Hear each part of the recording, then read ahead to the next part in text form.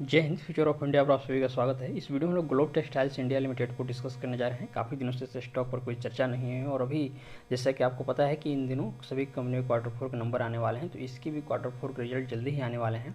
इस बेसिस पर हम लोग यह प्रेडिक्ट करने का प्रयास करेंगे कि अभी आने वाले समय में इस कंपनी का शेयर प्राइस जो देखें काफ़ी दिनों से मौन पड़ा हुआ है, कोई मूवमेंट नहीं हो रहा है। हालांकि पिछले एक मंथ में कुछ तेज़ी देखने को बनी है, लेकिन अभी फिर से इसका शेयर प्राइस ठहर सा गया है। तो इस ठहराव में तेज़ी कब आएगी और शेयर प्राइस फिर से कब ऊपर की तरफ जाएगा, यानी कि कह सके कि रॉकेट बनते हुए दिखेगा, इसको इस वीडियो में जानने का प्रयास करेंगे। अभी देखेंगे लास्ट ट्रेडिंग सेशन में तो ₹2.90 के आसपास इस नंबर का क्लोजिंग दिया है इस कंपनी का शेयर प्राइस, और अभी इसमें कोई मूवमेंट नहीं दिख रहा है क्योंकि जिस लेवल पर इस कंपनी का शेयर प्राइस ओपन हुआ था ना, वहीं पर इसने अपना क्लोजिंग भी दे दिया, इसीलिए इसमें अभी कोई मूवमेंट आपको देखने को नहीं मिल रहा है। ये सादा सादा आपको दिखाई दे रहा है इस ग्राफ पर आप देखेंगे तो।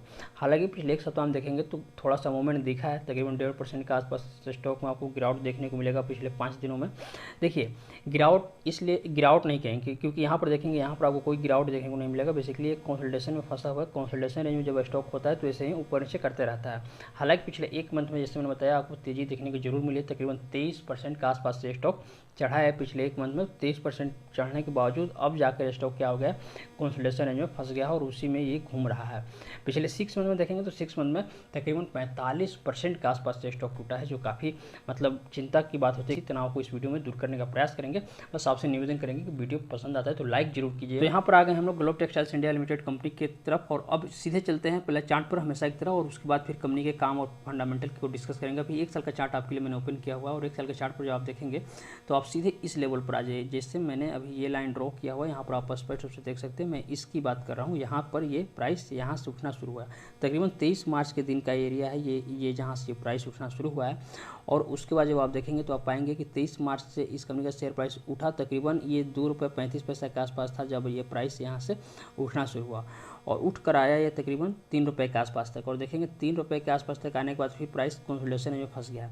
क्यों? क्योंकि यहाँ पर देखेंगे आप, यहाँ पे तो यहाँ पर पहले से ही इसके लिए एक रेजिस्टेंस था, और ये रेजिस्टेंस के पास जब भी किसी कंपनी का शेयर प्राइस आता है, मान लीजिए किसी कंपनी का शेयर प्राइस बढ़कर आया और यहाँ पर इसका रेजिस्टेंस है, तो यहाँ पर आने के बाद प्राइस क्या होता है, ठहर जाता है, और फिर थोड़ा समय बाद नीचे आके दोबारा पुल बैक मार के जब ऊपर जाता है तब इस रेजिस्टेंस को ब्रेक करके प्राइस ऊपर निकलता है। तो अभी इस कंपनी में भी वही चल रहा है। अभी देखेंगे कि इस कंपनी का शेयर प्राइस जैसे यहाँ से उठकर अपने यहाँ पर जो इसका रेजिस्टेंस था इसके पास आया ₹3 के आसपास, और यहाँ पर भी आके इसका प्राइस ठहरा हुआ है। हो सकता है कि यहाँ से ये प्राइस थोड़ा सा नीचे आए, लेकिन फिर दोबारा पुल बैक जब मारेगा तो प्राइस सीधे आएगा ₹4 के आसपास, और ₹4 कोई मेजर रेजिस्टेंस नहीं, इसको इजीली ब्रेक कर देगा। मेजर रेजिस्टेंस यहाँ पर है।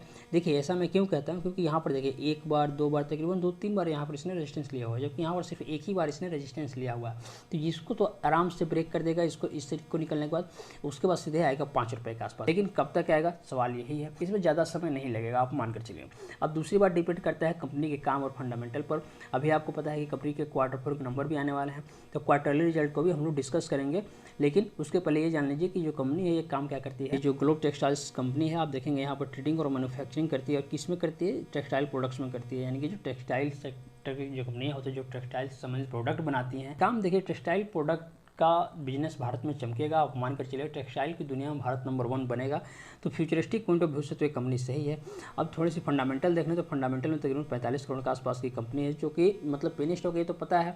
हालांकि देखिए पेनी स्टॉक में यदि कोई कंपनी 100 करोड़ के ऊपर की होती है ना, तब उसे बहुत अच्छा माना जाता है। खैर कोई बात नहीं, शेयर प्राइस बढ़ेगा तो मार्केट कैप भी बढ़ जाएगा। क्वार्टरली रिजल्ट देख लें तो अभी देखिए अभी कंपनी के क्वार्टर 4 के नंबर नहीं आए हैं। यहाँ पर आप देखेंगे अभी सिर्फ दिसंबर क्वार्टर तक का, यानी कि सिर्फ क्वार्टर 3 तक के ही कंपनी के रिजल्ट आए हैं। अभी क्वार्टर 4 के रिजल्ट आने बाकी हैं। क्वार्टर 3 में जो कंपनी को रिजल्ट आया था, सेल्स जो हुआ था टोटल, तो सेल्स देखेंगे 74 करोड़ 81 लाख के आसपास हुआ था, जो कि उसके पिछले क्वार्टर में यानी क्वार्टर 2 में 99 करोड़ के आसपास हुआ था, और उसके पिछले क्वार्टर में यानी कि क्वार्टर 1 में 114 करोड़ के आसपास हुआ था। कुछ क्वार्टर से देखें तो कंपनी के सेल्स डिक्लाइन हुआ है, यानी कि उसमें गिरावट हुआ है, जिसकी वजह से जो कंपनी का नेट प्रॉफिट है, नेट प्रॉफिट में भी आपको ज़बरदस्त गिरावट होते हुए दिखा है। ये देखिए पिछले 3 क्वार्टर से देखेंगे तो तकरीबन इसके नेट प्रॉफिट में भी इस कंपनी की गिरावट होते हुए दिखा है। यानी कि फंडामेंटल थोड़ा कह सकते हैं कि वीक हो रहा है, जिसकी वजह से शेयर प्राइस को ऊपर जाने में तकलीफ हो रही है। जब आदमी अंदर से स्ट्रॉन्ग रहता है तो काम अच्छे से करता है, उसमें बुलंदी रहता है, कोई भी काम को मजबूती से कर सकता है। तो वही कंपनी के साथ भी होता है। फंडामेंटल जब मजबूत होता है तो शेयर प्राइस ऑटोमेटिक उसमें तेजी आती ही आती है। सेक्टर में दम है, सेक्टर आगे बढ़ेगा, कंपनी का फंडामेंटल जरूर मजबूत होगा, और जब कंपनी का फंडामेंटल मजबूत होगा तो ये कंपनी का शेयर प्राइस भी ऊपर जाएगा ही जाएगा। तो उम्मीद करता हूँ